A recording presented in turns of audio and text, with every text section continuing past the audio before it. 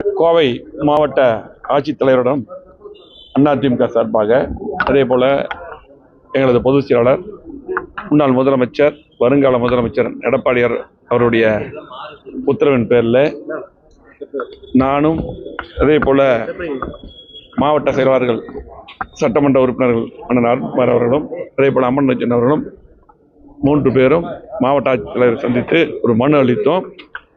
அதில் BLO அந்த அதிகாரிகள் வீடு வீடாக போய் இப்போ ஃபார்ம் கொடுத்துட்ருக்காங்க. அந்த மனுக்களை வீடு வீடாக கொடுத்த பின், அது முழுமையாக பூர்த்தி செய்யப்பட்ட பின், சம்பந்தப்பட்ட அதிகாரிகளே தான் அந்த மனுக்களை பொதுமக்களிடம், அந்த ஓட்டர்ஸிலிருந்து திரும்ப பெற வேண்டும் என்ற கோரிக்கையை வலியுறுத்தியுள்ளோம். ஏன்னா சில இடங்களில் பார்த்தீங்கன்னா இதுக்கு முன்னாடி கம்ப்ளைண்ட் வந்திருக்குது. ஒரு பல கட்சியை சேர்ந்த BLA ஏஜென்ட் இருக்காங்க. அவங்க வந்து பார்த்தீங்கன்னா இன்றைக்கி ஆளுங்கட்சி சம்மந்தப்பட்டவங்களாக இருக்காங்க. அவங்க போய் சில இடத்துல ஒட்டுக்க கலெக்ட் பண்ணி உங்களுக்கு வேண்டிப்பட்டவங்க வேண்டாதவங்கள மனுவெல்லாம் அவங்களே தூக்கி வேறு மாதிரி பண்ணிடுற மாதிரி ஒரு சூழ்நிலை சொல்லியிருக்காங்க. கம்ப்ளைண்ட் வந்திருக்குது.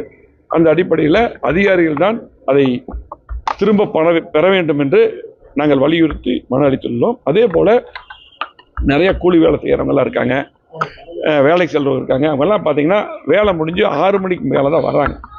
ஆகவே இவங்க அதிகாரிகள் வந்து ஒரு 4 மணி வாக்கில் போகிறாங்க.